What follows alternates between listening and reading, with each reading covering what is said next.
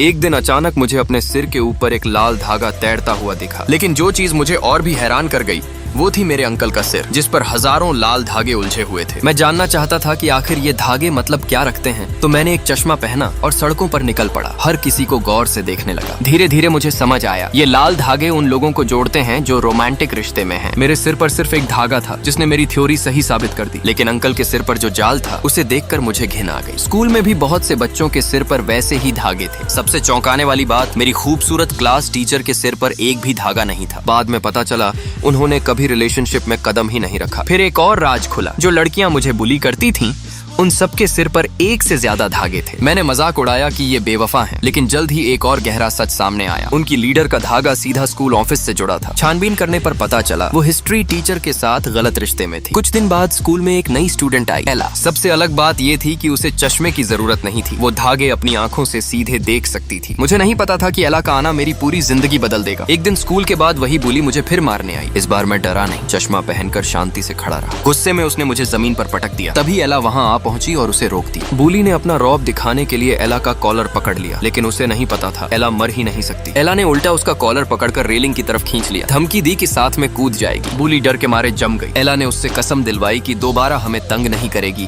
फिर उसे छोड़ दिया। उस रात मैंने बदला लेने की ठानी। बुली का पीछा किया और देखा वो हिस्ट्री टीचर के साथ एक मोटल में गई। मैंने चुपके से फोटो खींच ली और उसे भेज दी, लेकिन बुली को कोई डर नहीं था। उसने कहा, मैं नाइस हूँ, कुछ नहीं होगा मुझे। उसी बात ने मुझे एक आइडिया दिया। मैंने वो फोटो हिस्ट्री टीचर को भेज दी और धमकी दी, 20 लाख वॉन दो वरना सब कुछ उजागर कर दूंगा। टीचर पूरी तरह घबरा गया। नौकरी तो जाती ही, परिवार भी बिखर जाता। मुझे किसी की परवाह नहीं थी, बस पैसे चाहिए थे और इस घुटन भरी जिंदगी से भागने का एक मौका।